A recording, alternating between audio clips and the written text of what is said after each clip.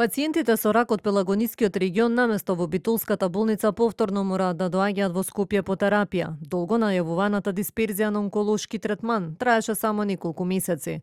Од пациентските здруженија велат дека примањето терапија поблиску до местото на живење за пациентите од регионот било големо олеснување. Кај пациентите имаше одличен одзив. Значи таа практика кај пациентите ние добивавме исклучиво и само позитивен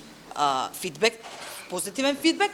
Зошто таа практика предстана? Јас претпоставувам дека е финансиска импликацијата, бидејќи волјата кај докторите и кај клиниката сметам дека се уште постои. Здравствените власти признаваат дека процесот на децентрализација се одвива споро. За проблемот во Битола велат дека треба да се обнови годишниот договор на онколозите кои доаѓаат од Скопје. Зошто тоа не е сторено досега нема објаснување. Првиот човек на Фондот за здравство вели дека се работи на тоа пациентите да ја добиваат терапијата поблиску до местото на живење. Во основа кога еднашка веќе е поставена дијагнозата, сметам дека третманот треба да биде што поблиску до дома. Работиме и мислам дека можеме 26 да очекуваме прогрес секаде освен во Штип клиничката болница каде што нема ни кадровски ни условни можности.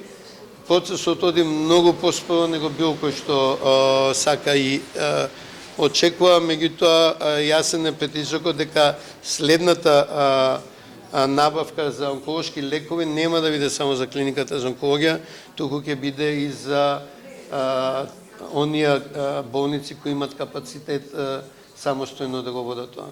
Од пациентските здруженија порачуваат дека решенијата за подобар третман на онколошките пациенти не е само зголемување на буџетите, туку потребна е поголема координација и соработка на клиниките, за да не се оставаат пациентите да лутаат низ болничките ходници.